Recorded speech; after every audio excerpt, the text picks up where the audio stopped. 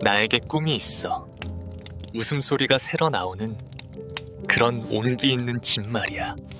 하늘에 배가 터진 듯 송곳 같은 눈송이가 쉴 새 없이 쏟아지는 밤이었습니다. 산신령의 노호노하일까요? 칼바람은 노회한 짐승처럼 울부짖으며 아름드리 나무들의 허리를 우드득 휘어잡았습니다. 사방은 온통 잉크를 뿌린 듯한 어둠과 소금 가루를 뿌린 듯한 백색 소용몰이뿐. 천지간의 경계는 이미 지워진 지 오래였습니다. 그 서슬퍼런 서란풍 속을 나무꾼 석진이 어기적 파묻히며 걷고 있었습니다. 허벅지까지 차오르는 눈더미를 헤칠 때마다 장화 속 발가락은 이미 딱딱한 돌덩이처럼 굳어 감각을 잃었습니다. 파랗게 질린 입술 사이로 후 내뱉는 숨결은 공중에 닿자마자 하얀 서리가 되어 흩어졌습니다. 이대로 눈 무덤에 갇히겠구나. 달그락거리는 이빨 사이로 새어나온 혼잣말이 매서운 바람에 획 낙채어 사라질 무렵 어둠의 장막 너머로 괴기스러운 실루엣이 나타났습니다. 뼈대만 남은 채 비명을 지르듯 서 있는 허름한 사당이었습니다. 석진은 본능적으로 몸을 던져 삐걱거리는 문틀 사이로 파고들었습니다.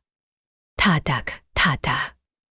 얼음장 같은 손으로 문을 닫고 벽에 기대앉자 가슴이 터질 듯한 고동 소리만이 정적을 메웠습니다. 그런데 그때 사당 구석에서 싸늘하면서도 영롱한 빗줄기가 석진의 눈동자를 찔렀습니다.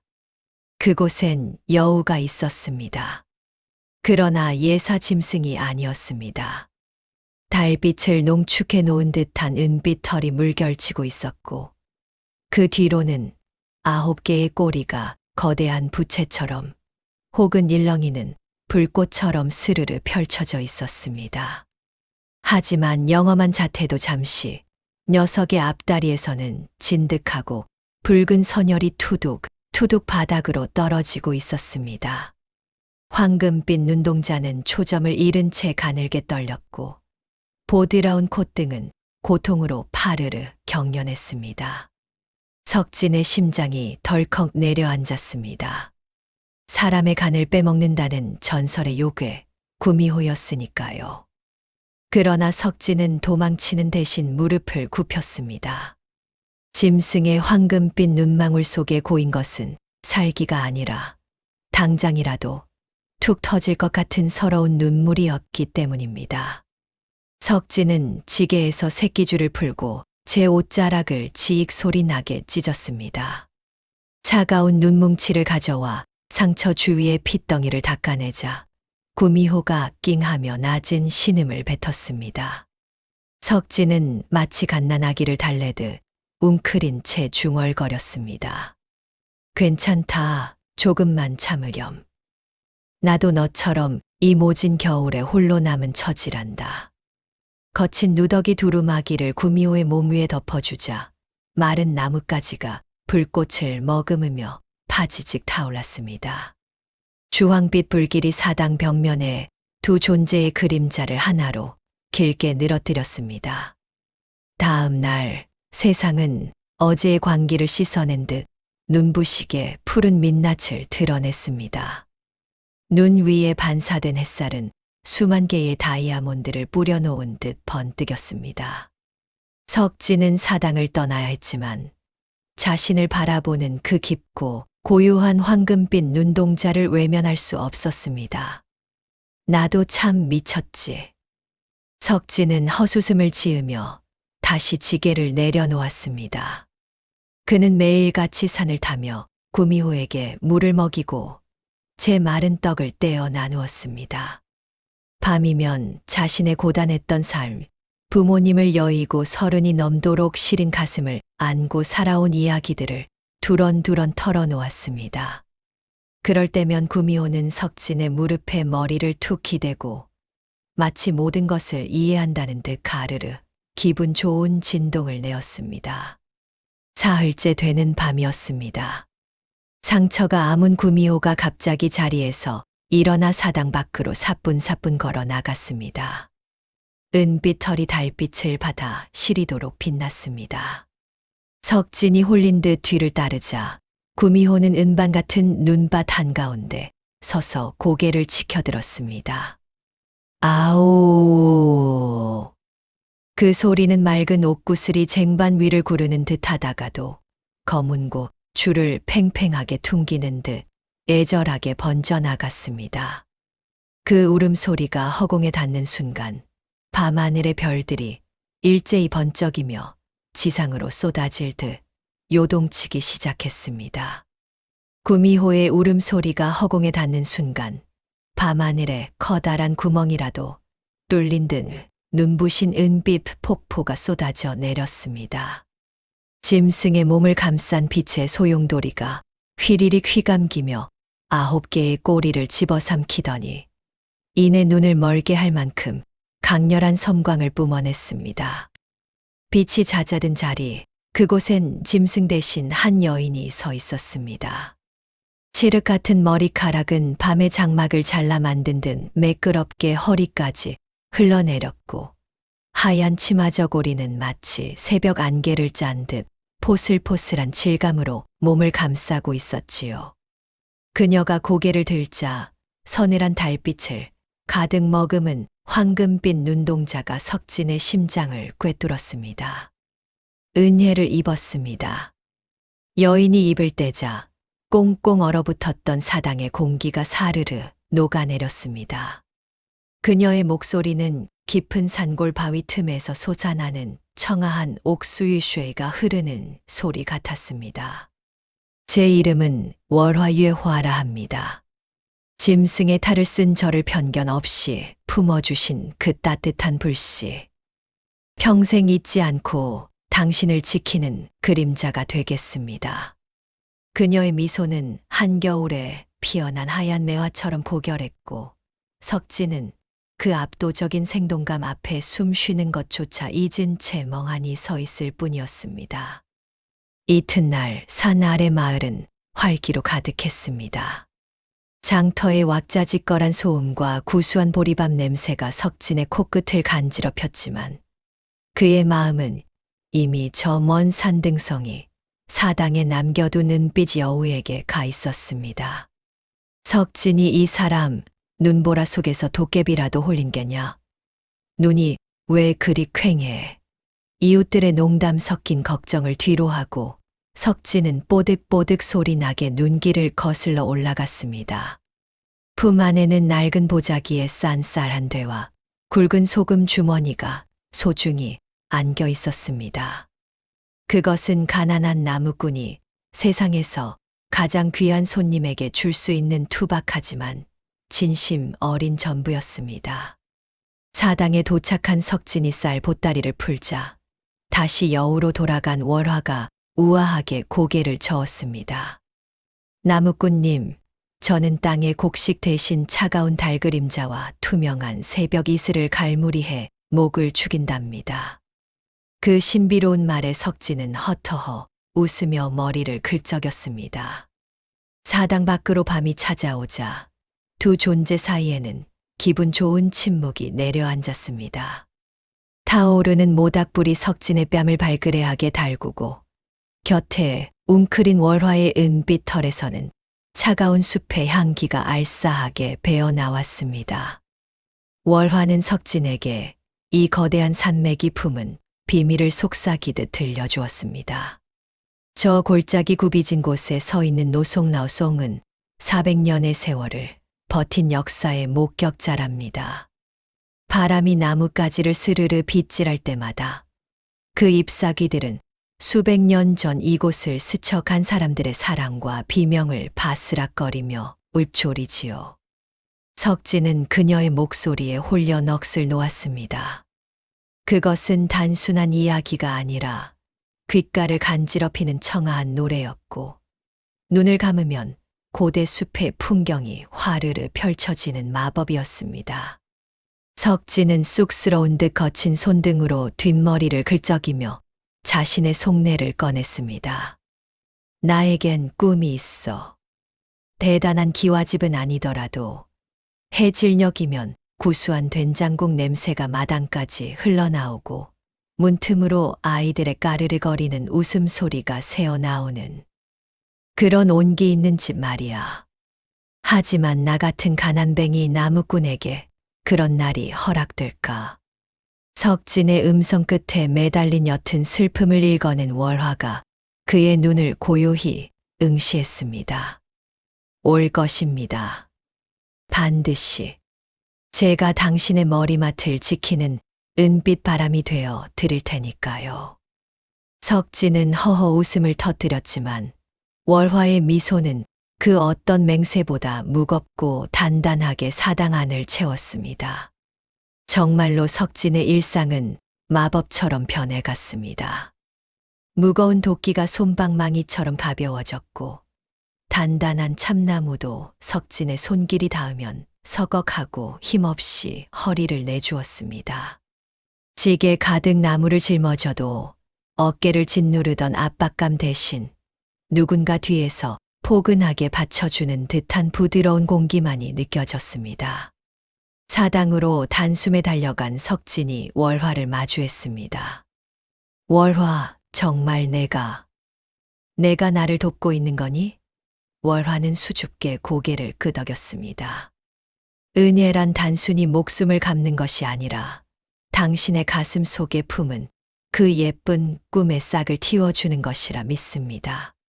석진은 벅차오르는 감정을 이기지 못하고 월화를 품에 꼭 안았습니다. 그녀의 몸에서 배어나오는 은은한 숲의 향기와 따뜻한 체온이 석진의 온몸으로 번져나갔습니다. 꽁꽁 얼어붙었던 가난한 나무꾼의 가슴 속에 생전 처음 느껴보는 행복의 불꽃이 타닥타닥 소리를 내며 타오르기 시작한 밤이었습니다. 그날 이후 석진의 일상에는 기분 좋은 마법이 스며들었습니다. 무거운 도끼가 솜방망이처럼 가벼워졌고 단단한 참나무도 석진의 손길이 닿으면 서걱하고 힘없이 허리를 내주었습니다. 지게 가득 나무를 짊어져도 어깨를 짓누르던 압박감 대신 누군가 뒤에서 포근하게 받쳐주는 듯한 부드러운 공기만이 느껴졌습니다. 장터에서도 기적은 이어졌습니다. 이 나무, 결이 비단처럼 곱고 향이 알싸하니 일품이구만. 내 특별히 열량을 쳐주겠소. 장사치가 내민 묵직한 엽전 꾸러미가 주머니 속에서 짤랑거릴 때마다 석진의 가슴은 설렘으로 거세게 요동쳤습니다. 하지만 빛이 강할수록 그림자도 짙어지는 법이었습니다. 석진의 주변으로 사람들이 개미떼처럼 꼬여들기 시작했습니다. 예전에는 석진을 투명인간 취급하던 이들이 이제는 비굴할 정도로 입꼬리를 올리며 다가왔습니다. 석진아, 요새 도끼질 한 번에 나무가 쩍쩍 갈라진다며. 비결이 대체 뭐야? 그들의 말투는 설탕을 바른 듯 달콤했지만 가늘게 뜬 눈동자 속에는 시퍼런 계산기가 굴러가는 소리가 들리는 듯 했습니다. 어느 날 밤 술 냄새를 훅 끼얹으며 다가온 사내가 석진의 어깨를 툭 쳤습니다. 에이, 혼자 잘 되는 법은 없지. 산속에서 무슨 영험한 보물이라도 주운 거 아니야? 냉소적인 웃음 뒤에 숨겨진 차가운 탐욕을 보며 석진은 등줄기가 오싹해졌습니다. 사당으로 돌아온 석진에게 월화가 낮게 읊조렸습니다. 사람은 타인의 행운 앞에서 축복보다 이유를 먼저 찾으려 들지요. 그것이 스스로를 위로하는 가장 비겁한 방식이니까요. 석진의 주머니가 두둑해질수록 마을에는 비릿한 질투가 안개처럼 깔렸습니다. 가난뱅이 석진이가 요새 떵떵거린다며 소문은 꼬리에 꼬리를 물고 마을에서 가장 거대한 기와집 최판서의 귀청을 때렸습니다. 최판서는 수십 마지기의 논밭을 거느리고도 더 큰 부를 향해 입술을 핥는 탐욕스러운 사내였습니다. 그가 석진을 불러 앉혔을 때 그의 눈은 이미 먹잇감을 노리는 독사의 그것처럼 번들거렸습니다. 석진아, 그 비법이 뭐냐? 산에서 황금이라도 캤느냐, 아니면 산신령의 가랑이라도 붙잡았느냐. 석진이 사색이 되어 고개를 저었지만 최판서의 의심은 이미 쐐기처럼 박혀버렸습니다. 그날 밤 최판서의 신복 득쇠가 그림자처럼 석진의 뒤를 밟았습니다. 깊은 산소 무너져가는 사당의 문틈으로 안을 들여다본 득쇠의 눈등이 경련했습니다. 석진의 곁에는 달빛을 등진 채 9개의 은빛 꼬리를 물결처럼 일렁이는 구미호가 앉아 있었던 것입니다.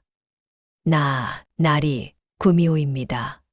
석진이가 요괴와 정을 통하고 있습니다. 득쇠의 보고를 받은 최판서의 입꼬리가 귀걸이까지 찢어졌습니다. 여우구슬, 그것만 있으면 불로장생은 물론 천하의 부귀영화가 내 손안에 들어오겠구나. 그의 머릿속에선 이미 황금 비가 내리꽂히고 있었습니다. 최판서는 마을 사람들을 광장으로 불러 모았습니다. 징소리가 밤의 정적을 챙그랑 깨부수자 불안에 질린 눈동자들이 횃불 주위로 몰려들었습니다.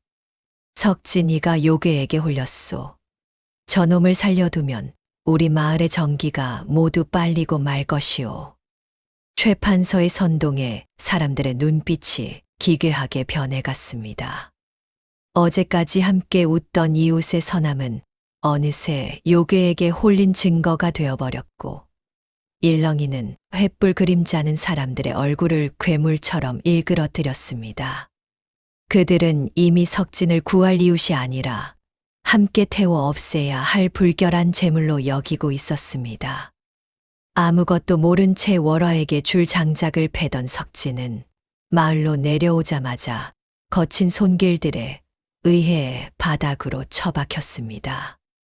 굵은 밧줄이 살을 파고들었고 그는 최판서의 집 뒷마당, 썩은 집 냄새가 진동하는 헛간에 갇히고 말았습니다. 내 말 좀 들어보세요. 월화는 나쁜 요괴가 아닙니다. 석진이 목이 터져라 비명을 질렀지만 돌아오는 것은 최판서의 비릿한 비웃음뿐이었습니다. 월화, 이름까지 지어주다니 참으로 깊게도 홀렸구나.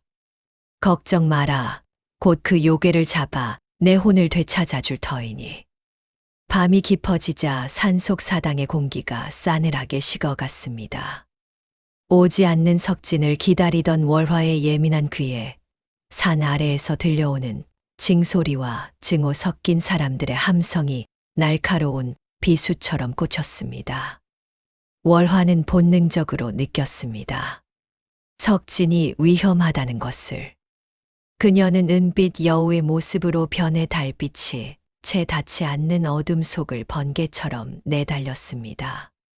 발톱이 눈을 핥히고 나뭇가지가 몸을 긁었지만 오직 머릿속에는 석진의 맑은 웃음만이 환영처럼 어른거렸습니다. 마을에 발을 들인 월화의 코끝으로 석진의 매캐한 땀 냄새와 두려움의 향취가 끼쳐왔습니다. 냄새를 따라 최판서의 집 마당에 들어선 순간 발밑에서 쾅 하는 비명 같은 소리와 함께 시커먼 쇠그물이 허공을 가르며 월화를 덮쳤습니다. 잡았다. 이 요물, 횃불을 든 무리가 어둠 속에서 우르르 쏟아져 나왔습니다. 일렁이는 불꽃 아래 최판서의 얼굴은 탐욕으로 번들거렸고 쇠그물에 짓눌린 월화의 은빛 털은 흙먼지로 얼룩졌습니다. 석진을 어디에 가뒀나.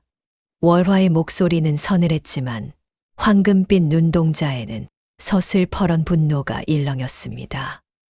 다음 날 새벽 마을 광장에는 비릿한 살기가 감돌았습니다. 하늘은 잿빛으로 가라앉았고 광장 한가운데 쌓인 장작더미 위에는 쇠사슬에 묶인 월화가 무력하게 놓여 있었습니다. 최판서는 끝이 날카롭게 벼려진 긴 작사를 치켜들며 마을 사람들을 선동했습니다. 이 요괴의 배를 갈라 구슬을 꺼내면 우리 마을엔 영원한 부귀영화가 내릴 것이오. 그가 작사를 내리꽂으려던 찰나 헛간의 문을 박살내고 달려 나온 석진이 광장을 가로질러 몸을 던졌습니다. 밧줄에 쓸려 피떡이 된 손목과 터진 이마에서 흐른 선혈이 그의 얼굴을 타고 투둑 눈 위로 떨어졌습니다. 그만두시오. 제발 그만두란 말이오. 석진은 장작더미 아래 무릎을 꿇었습니다. 월화는 나를 홀린 게 아니라 평생 혼자였던 내게 처음으로 온기를 나눠준 가족이란 말이오. 나를 죽일지언정 이 가련한 생명을 해치지는 마시오. 석진의 절규가 광장의 정막을 날카롭게 베었지만 눈이 뒤집힌 최 판서에게는 짐승의 짖음보다 못했습니다. 이놈이 끝까지 요물 편을 드는구나. 죽고 싶다면 소원대로 해주마. 최 판서가 다시 작사를 휘둘렀고 석진은 단 한 줌의 망설임도 없이 월화의 몸 위로 자신의 가슴을 확 들이밀었습니다. 푸쇼그. 차가운 쇠날이 석진의 어깨를 깊숙이 파고들자 붉은 꽃이 피어나듯 선혈이 월화의 은빛 털 위로 좌르르 쏟아졌습니다. 석진아, 월화의 절규가 찢어질 듯 터져 나왔습니다. 인간의 피가 요괴의 몸을 적시는 순간 갑자기 낮게 가라앉았던 하늘이 번쩍하며 거대한 균열을 일으켰습니다. 화르르르르릉 귀를 찢는 듯한 천둥 소리와 함께 대지가 요동치기 시작했습니다. 하늘은 순식간에 시커먼 먹구름으로 뒤덮였고 최 판서의 머리 위로 보랏빛 번개가 사나운 용의 발톱처럼 내리꽂혔습니다. 마을 사람들의 비명이 날카로운 비수가 되어 허공을 찢을 때 잿빛 구름을 뚫고 거대한 그림자가 내려앉았습니다. 집채만 한 순백의 여우, 산의 주인인 천년 고호 설하였습니다. 그녀의 9꼬리가 하늘을 휘저을 때마다 싸늘한 냉기가 대지를 짓눌렀고 황금빛 눈동자는 번개보다 강렬한 시미션 웨이를 뿜어냈습니다. 감히 내 자식을 해치려 드느냐. 천둥이 땅을 울리는 듯한 목소리에 최 판서는 사시나무 떨듯 주저앉았습니다. 설하의 분노 서린 입김이 닿는 곳마다 서리가 하얗게 피어올랐고 사람들은 제각기 땅바닥에 코를 박으며 용서를 빌었습니다. 광기에 사로잡힌 최 판서가 붉은 부적을 던지며 최후의 발악을 했지만 석진은 피 흐르는 어깨를 이끌고 몸을 날렸습니다. 취익 작살이 허공을 갈라 부적을 꿰뚫자 설하를 옥죄던 붉은 사슬이 파지직 비명을 지르며 산산조각 났습니다. 내 놈의 탐욕이 스스로를 집어삼켰구나. 설하의 꼬리 하나가 최 판서의 허리를 휘감아 허공으로 들어 올렸습니다. 비명 소리는 산 너머로 점점 멀어지더니 이내 정적 속에 잠겼고 설하는 제 딸 월화의 사슬을 끊어 품에 안았습니다. 그녀는 석진에게 영력이 깃든 영롱한 구슬을 건네며 인간의 탈을 쓴 악귀보다 빛나는 나무꾼의 선함을 축복했습니다. 겨울에 광포한 잔재가 물러가고 대지에 파릇파릇한 생명의 숨결이 차올랐습니다. 석진이 밭을 일구던 도중 괭이 끝에 텅하고 묵직한 소리가 걸렸습니다. 흙을 헤치자 나타난 낡은 옹기 속에는 수십 년간 잠들어 있던 은자들이 눈이 시리도록 하얀 빛을 내뿜고 있었습니다. 설하가 약속한 은혜의 씨앗이었습니다. 석진은 그 돈으로 마을에서 가장 햇살이 포근하게 내려앉은 언덕배기에 아담한 집을 지었습니다. 갓 뺀 볏짚의 향기가 알싸하게 감도는 노란 초가 지붕 위로 저녁 연기가 모락모락 피어올랐습니다. 방 안에서는 가마솥에서 밥 익는 구수한 냄새가 새어나오고 마당에는 월화가 가꾼 채소들이 싱싱한 초록빛을 뽐냈습니다. 이제 마을 사람들은 월화를 요괴라 부르지 않았습니다. 가뭄의 단비를 부르고 병든 자에게 약초 향 가득한 손길을 내미는 마을의 수호신으로 추대하며 석진의 집 앞에 감사의 마음을 담은 나물꾸러미를 몰래 놓고 가곤 했지요. 은은한 달빛이 마당의 살구나무를 은빛으로 적시는 밤, 석진은 곁에 앉은 월화의 따스한 손을 꼭 잡았습니다. 석진님 행복하세요. 월화의 물음에 석진은 그녀의 황금빛 눈동자를 바라보며 환하게 웃었습니다. 그럼 행복하고 말고 얼어 죽을 뻔했던 그 겨울 사당에서 너를 만난 건 내 평생 가장 눈부신 기적이었단다. 두 사람의 그림자가 문창지에 나란히 겹쳐지고 산등성이 너머에선 설아의 축복 같은 울음소리가 아련하게 울려 퍼졌습니다. 가난했던 나무꾼의 가슴 속엔 이제 그 무엇보다 풍요로운 행복의 꽃이 만개해 있었습니다.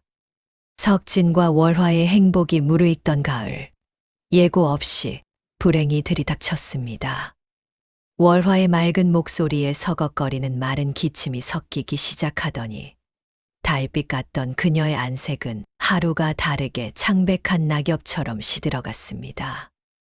인간의 숨결 속에 너무 오래 머문 탓에 연기가 바닥을 드러낸 것이었습니다. 사랑한다면 때로는 보내줘야 하느니라. 은빛 안개를 헤치고 나타난 설아의 준엄한 목소리가 석진의 심장을 날카롭게 베어냈습니다. 석진은 무너져 내리는 가슴을 부여잡고 흐느낌을 삼키며 월화를 설아의 등에 태워 보냈습니다. 사랑해, 라는 월화의 마지막 외침이 밤 공기에 애절하게 산산이 부서지며 그녀는 한 줄기 빛이 되어 달 속으로 사라졌습니다. 월화가 떠난 빈자리는 시린 칼바람만이 메웠습니다. 석진은 수척해진 모습으로 매일 밤 마당에 앉아 하늘을 우러렀습니다. 그러던 어느 날 설아가 다시 나타나 월화의 마음이 깃든 영롱한 은빛 구슬을 건넸습니다. 1년만 더 기다리겠습니다. 석진은 제 체온으로 구슬을 따스하게 데우며 다짐했습니다. 그날부터 석진의 손길에 생기가 돌기 시작했습니다. 월화가 돌아와 쉴 수 있도록 마당에 향긋한 꽃씨를 뿌리고 연못에 물을 맑게 다듬으며 부서진 문틀을 정성껏 수리했습니다.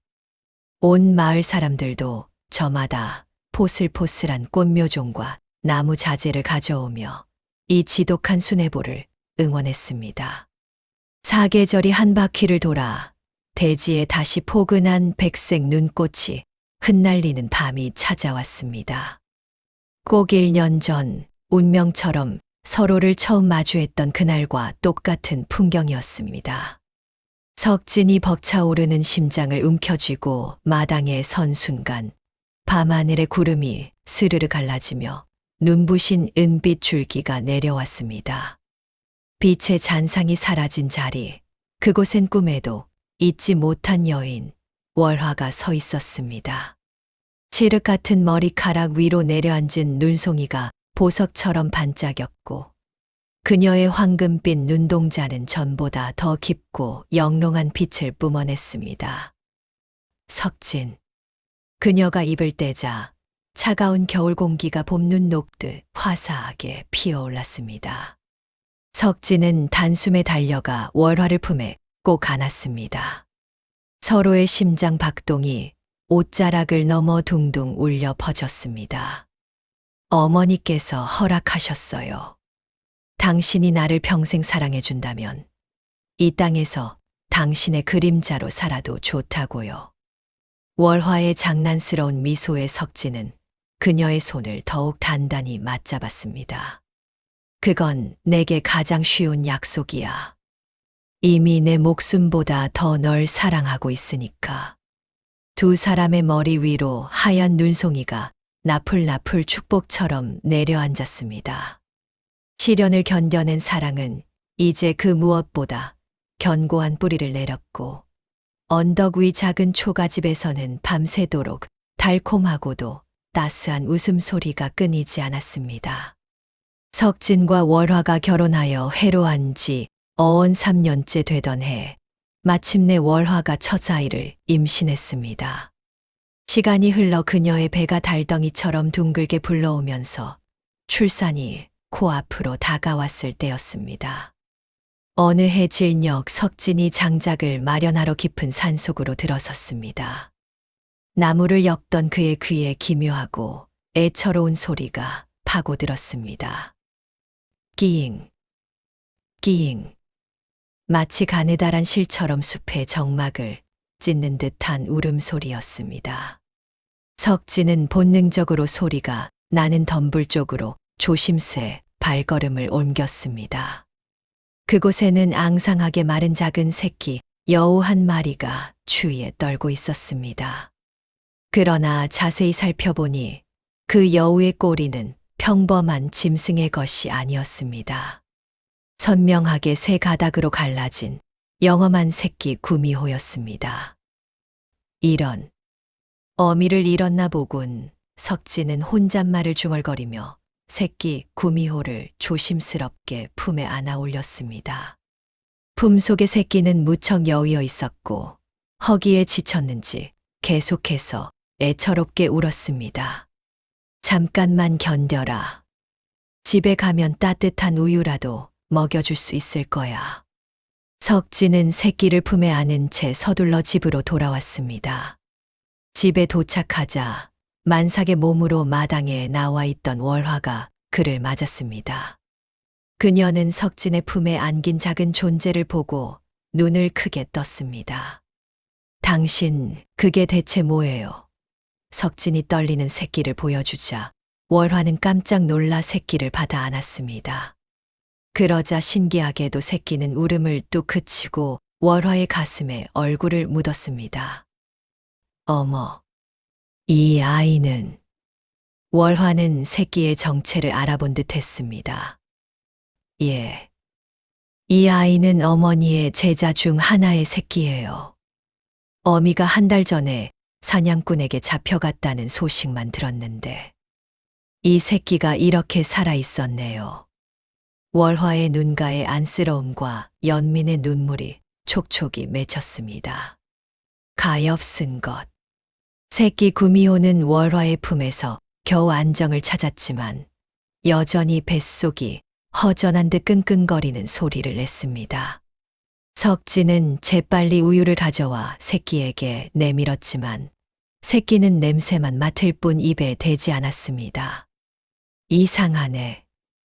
왜 안 먹지? 월화는 걱정스러운 얼굴로 고개를 저었습니다. 새끼 구미호는 평범한 우유로는 살 수 없어요. 연기가 담긴 젖을 먹어야만 하지요.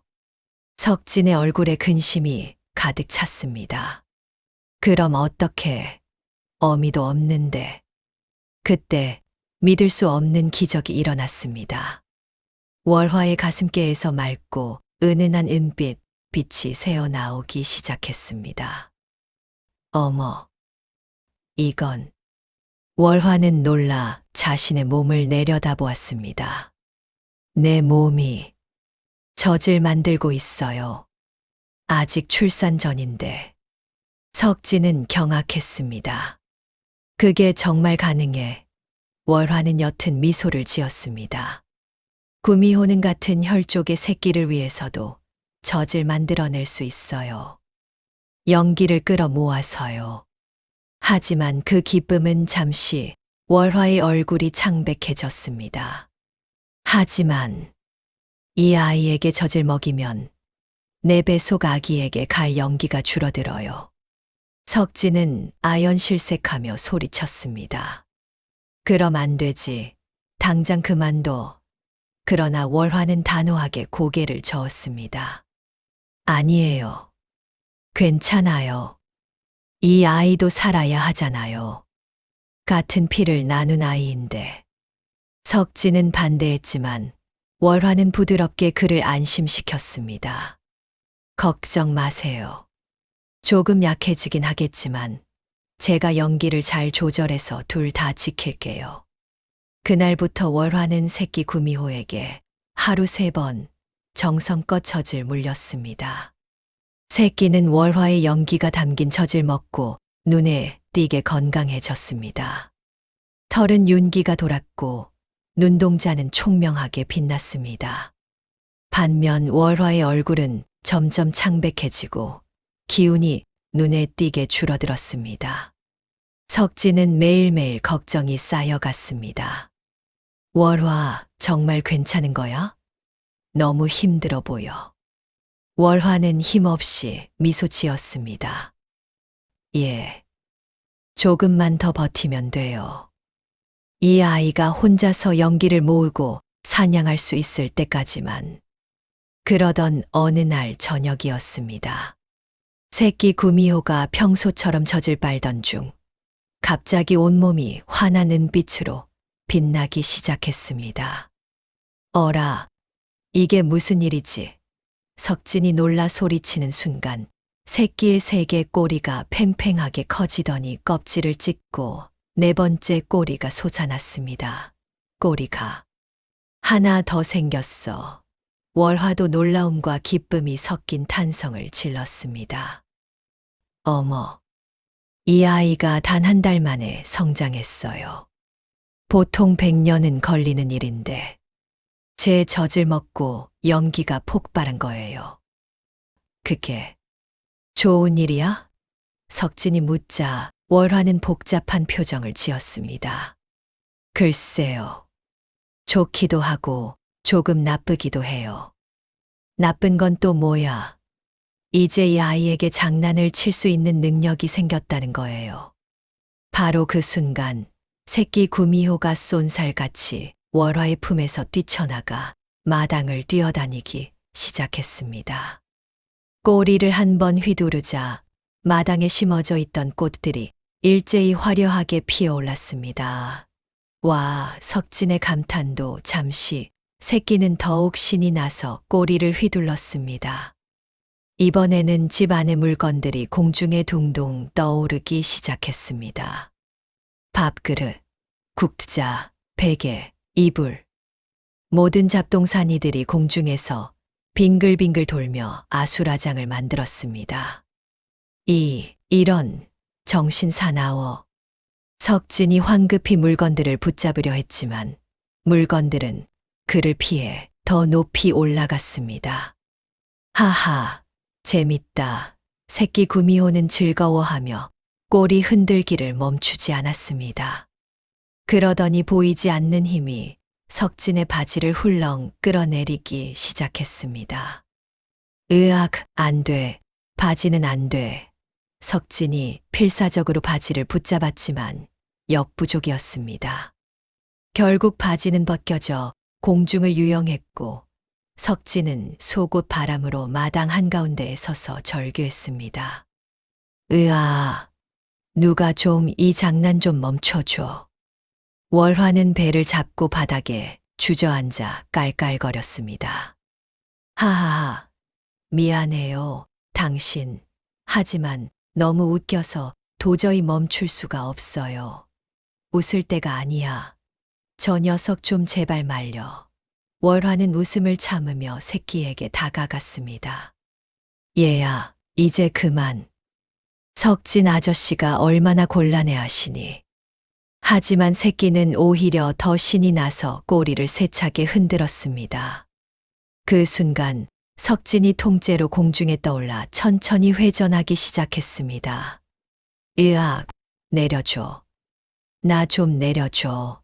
석진은 허공에서 팔다리를 버둥거렸고 월화는 눈물까지 흘리며 웃음을 터뜨렸습니다. 하하하, 정말 죄송해요. 하지만 이 광경은 평생 못 잊을 거예요. 바로 그때 하늘에서 강렬한 은빛 섬광이 내려오며 마당을 덮쳤습니다. 월화의 어머니이자 구미호 족의 대모인 설아가 위험 있는 모습으로 나타난 것입니다.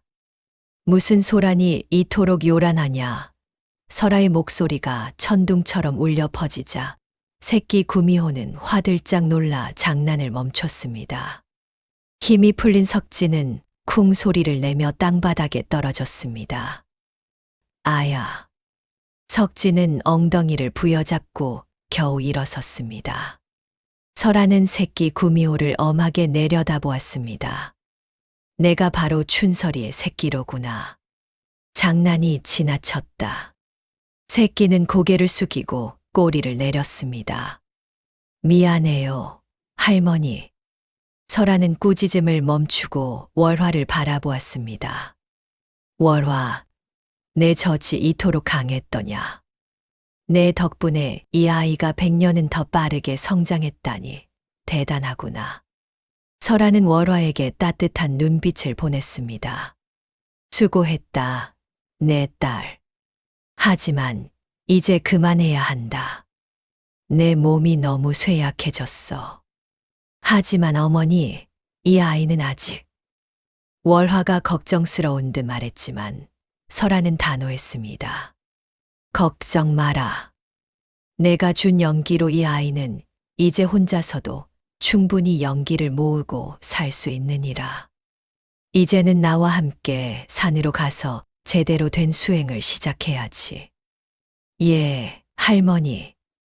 새끼는 떠나기 전 석진과 월화에게 고개를 깊이 숙였습니다. 고마워요.